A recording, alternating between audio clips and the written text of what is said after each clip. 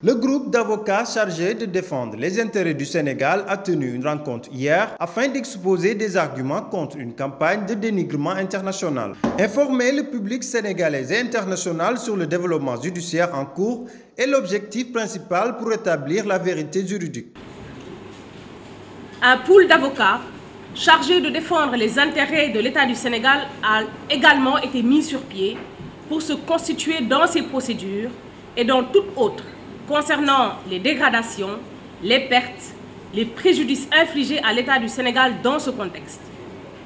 Par ailleurs, il importe de préciser que l'État, contrairement au ministère public, qui a pour mission la poursuite des infractions pénales et l'exécution des condamnations, peut se constituer partie civile pour la réparation d'un préjudice qu'il aura subi du fait d'une infraction pénale. Les conséquences des récentes manifestations violentes ont été aussi élaborées par le pôle d'avocats défenseurs de l'État. Une évaluation de ce préjudice est entamée par la partie civile pour rendre effective la réparation de celle-ci.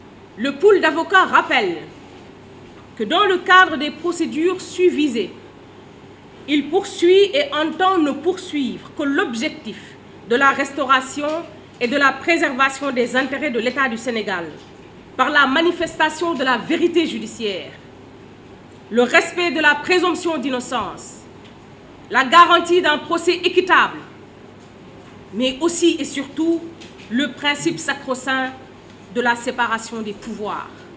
La pétition signée par les intellectuels pour demander la libération d'Ousmane Sonko et l'annulation de la dissolution du parti PASTEF est aussi contestée.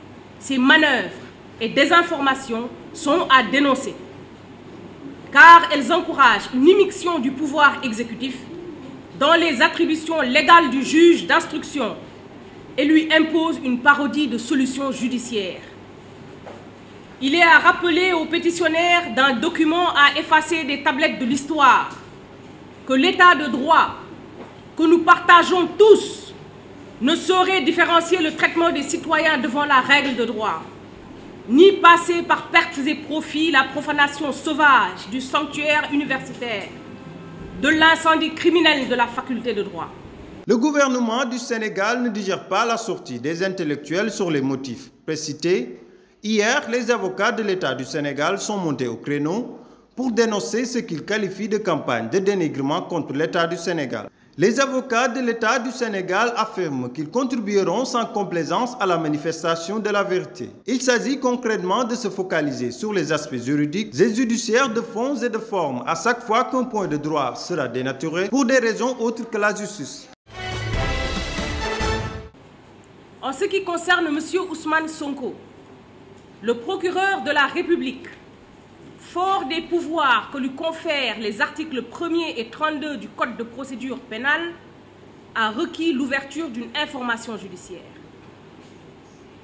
Le doyen des juges qui a été saisi à cet effet a inculpé M. Ousmane Sonko des chefs suivants: acte de nature à compromettre la sécurité publique ou à occasionner des troubles graves, association de malfaiteurs en relation avec une entreprise terroriste, attentat et complot contre l'autorité de l'État en relation avec une entreprise terroriste, le financement du terrorisme, provocation directe à un attroupement armé, diffusion de fausses nouvelles, complicité d'homicide volontaire par incitation et provocation, vol.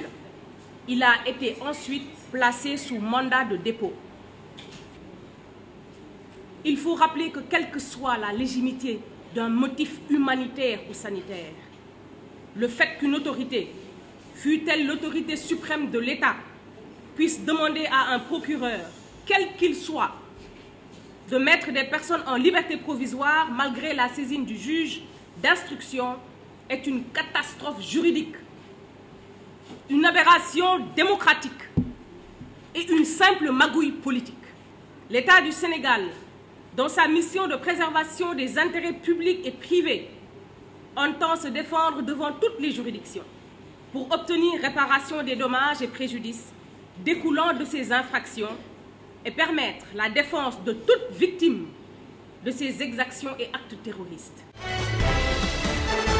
La première chose qu'il faut savoir que dans un procès pénal, si une entité, une personne pense qu'elle a été lésée, elle a le droit de faire une constitution de partie civile. Donc prenons le cas Ousmane Sonko Adji Sarr. Donc si l'État estime que tout ce qui s'est passé, Ousmane Sonko en est responsable et que des biens de l'État ont été saccagés, et ça effectivement il faut le constater. Les travaux du TER ont été stoppés, des bus ont été caillassés, Dakar Dem Dikk parle pas moins de plus d'1 milliard de pertes et tout, et Dakar Dem Dikk c'est l'État, et ainsi de suite. Le TER qui a fait l'objet d'arrêt et tout, c'est des pertes financières. Si tout ça c'est imputable à Ousmane Sonko, donc l'État est dans son droit de se constituer partie civile. Maintenant, la constitution de partie civile de l'État dans un dossier judiciaire, c'est par le biais de l'agence judiciaire de l'État qui peut déléguer à des avocats le soin de le représenter. Donc aujourd'hui, l'agence judiciaire de l'État qui représente l'État dans tous les procès au niveau de la justice, c'est lui qui a décidé de commettre des avocats qui vont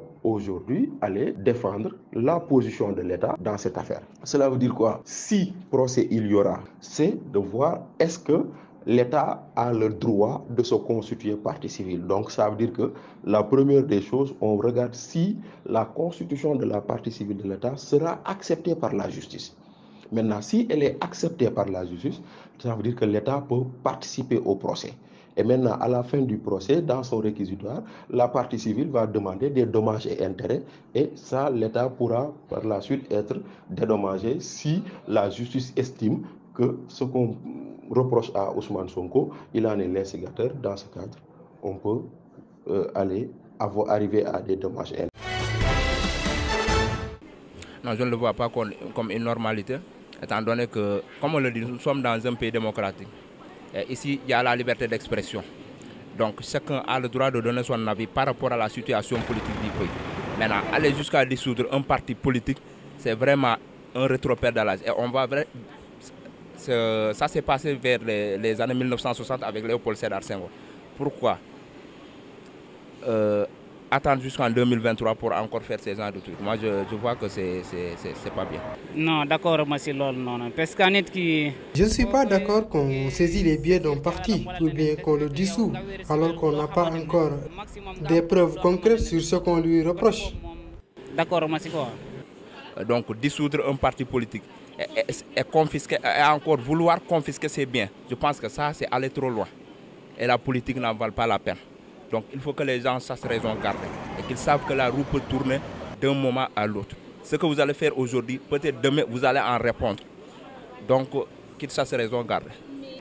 Que le moment est assez sérieux. Et c'est au peuple sénégalais, uniquement au peuple sénégalais de faire sortir le président Ousmane Sonko de là où il est. Donc des personnalités peuvent signer, peuvent signer. Mais après, ce qui reste, c'est au peuple sénégalais de montrer leur détermination et de se dire que Ousmane Sonko a tout sacrifié pour ce peuple, rien que pour le bonheur de ce peuple. Après une vingtaine de jours de grève de la faim, tous les détenus de l'ex-Pastef les ont mis fin. Le mot d'ordre vient de leur leader Ousmane Sonko, selon un membre du collectif des avocats de l'ex-Pastef. Par ailleurs, Ousmane Sonko ainsi que Cheikh Bara Ndiaye et Mohamed Samba, dit Hannibal Djim, poursuivent toujours leur grève de la faim. Ils sont depuis plusieurs jours au service de la réanimation de l'hôpital principal. En visite au leader de l'ex-Pastef Ousmane Sonko par la délégation de la coalition Yewwi Askan Wi avait été avortée. Celle-ci succède à leur audience avec le khalife général des Mourides Serigne Mountakha Mbacké. Le guide leur avait confié une recommandation pour Ousmane Sonko, qui est la cessation de sa diète. Le phénomène de l'immigration irrégulière eut une ampleur avec son lot de conséquences au Sénégal. Après le drame de Fass-Boye, c'est au tour d'Hambourg et Saint-Louis qui restent sans nouvelles de leurs fils depuis des jours après leur embarcation. Un choix des jeunes de vouloir quitter le pays avec de réelles motivations. La situation politique actuelle du pays qui flamme, qui a plombé toute l'économie du pays et qui nous plonge dans une incertitude totale. Donc autant de facteurs au plan économique qui expliquent aujourd'hui cette recrudescence avec comme nouvelle zone l'arrivée de ces pêcheurs. Parce que la zone économique exclusive, selon eux, a été bradée. Cette pression sociale est due aujourd'hui à des valeurs intrinsèques. Et pourtant, la solution pourrait être bien facile à résoudre si toutefois que toutes les mesures migratoires soient respectées entre l'Afrique et l'Europe. L'expert en migration appelle des forces africaines. De violation de l'article 3 de la Déclaration universelle des droits de l'homme qui stipule sur le droit de sortie. Et c'est là où le Sénégal perd l'immigration, parce que le Sénégal, aujourd'hui, dans de mixité et d'immigration, le Sénégal est une porte d'influence. C'est là où le Sénégal devrait diligenter une conférence africaine, ne serait-ce que pour obtenir des réponses. J'ai parlé tout à l'heure de la gestion des flux migratoires dans un monde mondialisé. Aujourd'hui, le monde ne circule pas. Ces embouteillages sont créés par-ci, par-là, et c'est ce qui expliquerait effectivement ces drames. Il faut que les choses bougent. Maintenant, c'est dans une démarche collective qu'on puisse quand même dégager ces stratégies-là. Il faut impérativement régler les questions des visas, parce que c'est une violation des droits humains. Pour faire face à ce fléau migratoire, le gouvernement sénégalais en conclave se lance déjà pour élaborer des solutions. Mais avec une telle démarche, moi je reste sceptique parce que ce n'est pas une grande première. Voilà, ce n'est pas la toute première fois qu'on nous parle de stratégie de lutte contre l'immigration clandestine. Et qu'au bout de compte, il n'y a rien. Donc aujourd'hui, il faudra se remettre en cause dans la gestion de là. Il faut impliquer tout le monde. Il faut aller dans une démarche inclusive pour adopter des solutions. Aujourd'hui, il faut impérativement convoquer les assises. Il faut un dialogue. Comment faire pour réduire le phénomène de l'immigration irrégulière? C'est tout le problème des chefs d'État africains. Mais l'espoir pourrait être permis au Sénégal avec le document final qui sera soumis au chef de l'État Macky Sall après le conclave pour la fin de ce phénomène, pour mettre fin à ce phénomène. La pirogue de Fass-Boye disparue depuis le 10 juillet avec environ 150 personnes à bord, dont 50 capitaines pêcheurs retrouvés au Cap-Vert. C'est avec stupeur et consternation que nous avions appris que la pirogue qui avait quitté Fass-Boye depuis le 10 juillet a été secourue par un navire industriel et que les rescapés sont actuellement dans une localité au Cap-Vert.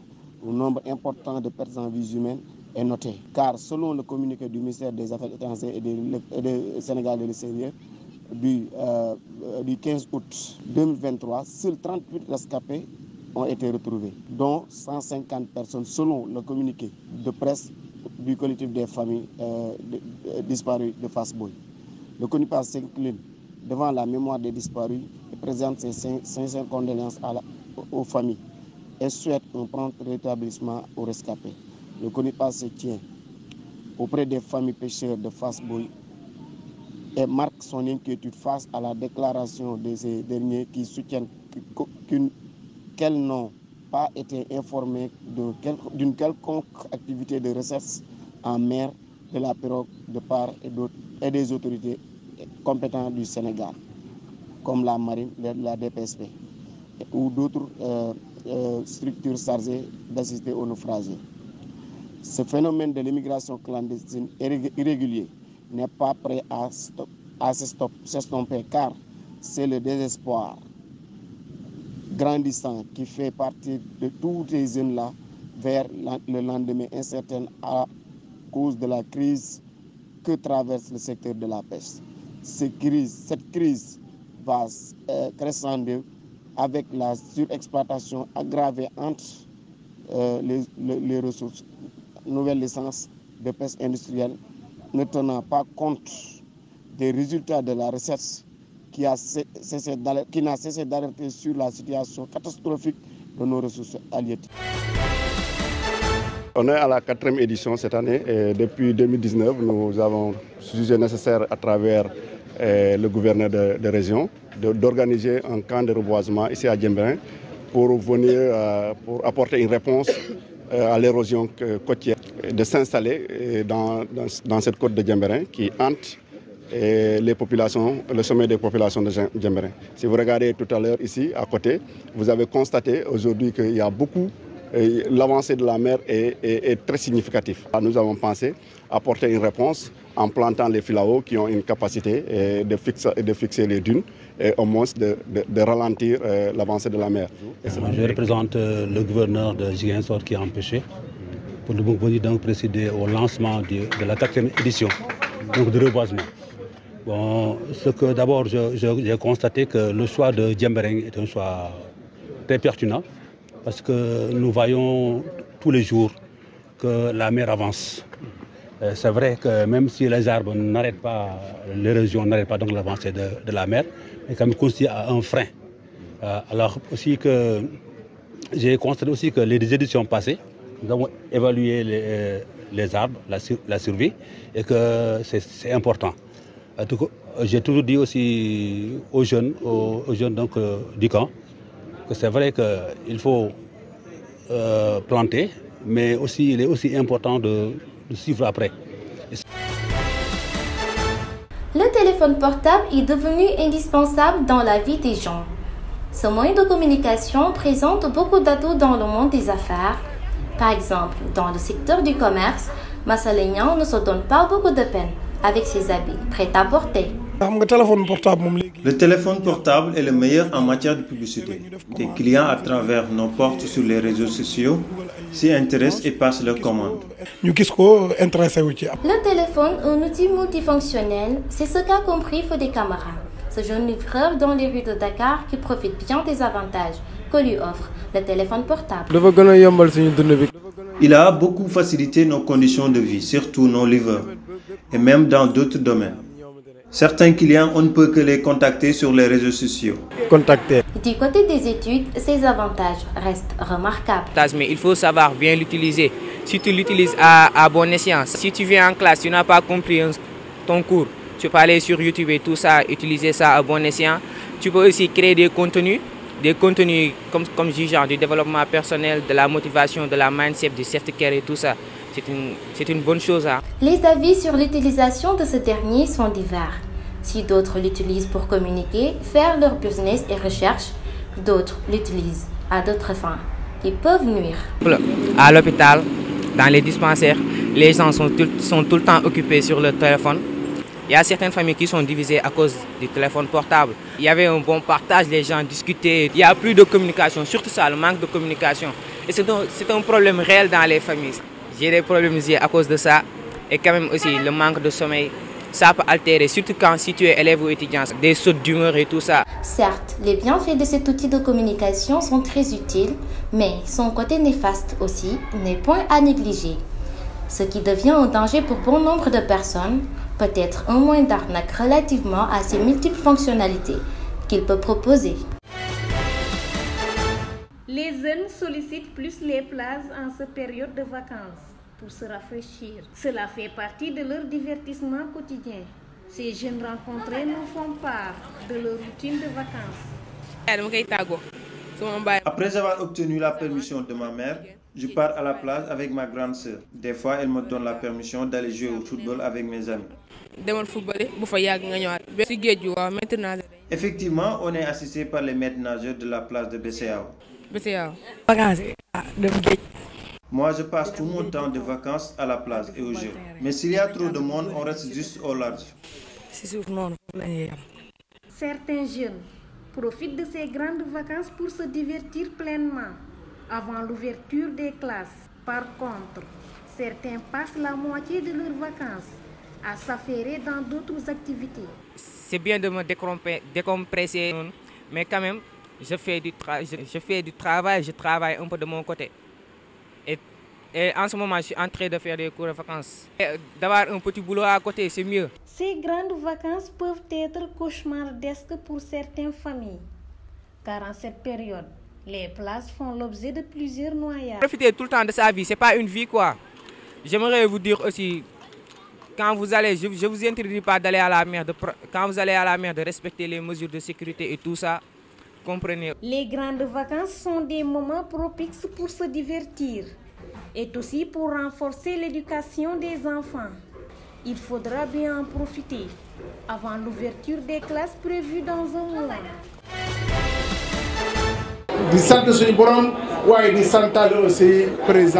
Nous remercions le bon Dieu, mais aussi le président de la République Macky Sall qui nous a confié la tâche des chantiers du chemin de fer. Aujourd'hui, nous sommes là pour le voyage inaugural. Nous avons le trajet Touba-Thiès Touba-Diourbel et Thiès-Diourbel aussi. Le train va commencer à rouler 3 jours avant et 3 jours après pour permettre aux pèlerins qui avaient fait le déplacement de pouvoir rentrer chez eux. Le trajet Thiès-Touba est la première étape car à Diourbel nous avons 2 branches. L'un quitte Diourbel pour Touba et l'autre Diourbel pour Tamba en passant par Kaolack. D'ici la fin de l'année, les sentiers du chemin de fer vers Tamba vont être bouclés. Nous allons commencer par un train à marchandises qui quittera Dakar pour Touba aussi. Train marchandises de Dakar, Touba.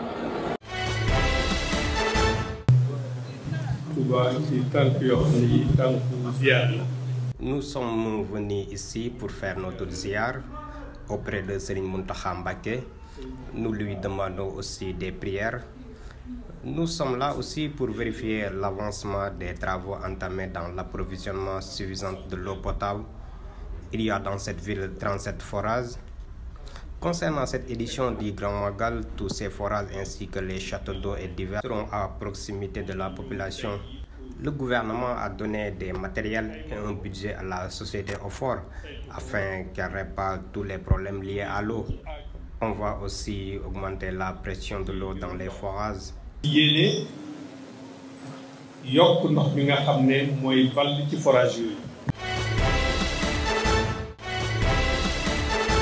L'actualité internationale que nous démarrons au Gabon, près de 850 000 électeurs sont appelés aux urnes ce samedi 26 août 2023 pour 3 élections présidentielles, législatives et municipales. Le président sortant Ali Bongo Ondimba se présente pour un 3e mandat à la tête du pays et favori à sa propre réélection. Après 14 ans au pouvoir, le leader du Parti démocratique gabonais affronte 13 candidats, dont Alberto Ondo Ossa, un professeur de 69 ans désigné comme candidat principal des partis de l'opposition. Un scrutin qui se fera à un bulletin unique, une procédure dénoncée par l'opposition comme une manœuvre frauduleuse visant à favoriser le camp de Bongo a été instaurée à seulement 1 mois de la présidentielle.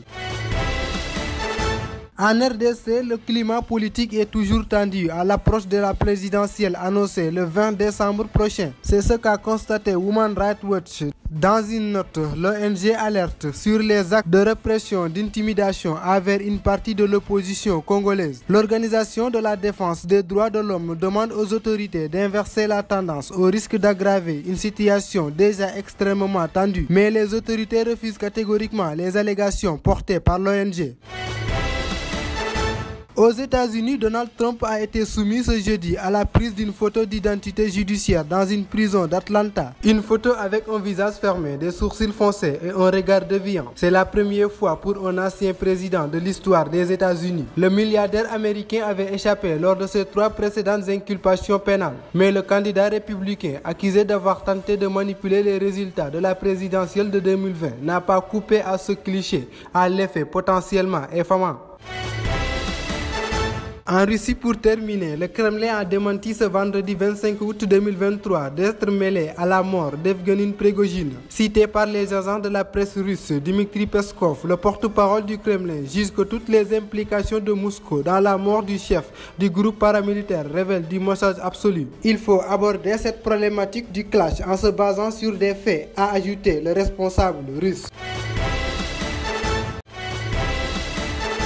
La Coupe du Sénégal, après avoir perdu face au Teungueth FC, le Stade de Mbour affrontera le Jaraaf en finale. Le club de football Jaraaf FC a annoncé et promis de mobiliser 10 000 supporters à cette rencontre. La finale se jouera au stade Abdoulaye Wade de Diamniadio ce dimanche 27 août 2023. Le chef de l'État va présider cette finale. Parlons à présent du Liverpool de l'international égyptien Mohamed Salah. L'entraîneur Jürgen Klopp refuse catégoriquement le départ de ce joueur dans une annonce faite dans un communiqué il précise que l'équipe dirigeante n'aurait reçu aucune offre pour le moment. Mohamed Salah est un joueur essentiel pour nous, affirmait Jürgen Klopp. L'Égyptien de 31 ans a prolongé l'été dernier son contrat jusqu'en juin 2025. Au mercato, l'Argentin Ángel Di María a reçu une offre considérable en Arabie Saoudite. Ce milieu offensif préfère rester dans son club pour le reste de son contrat, qui est une année. Passons en Arabie Saoudite. La Saoudite Pro League de l'international sénégalais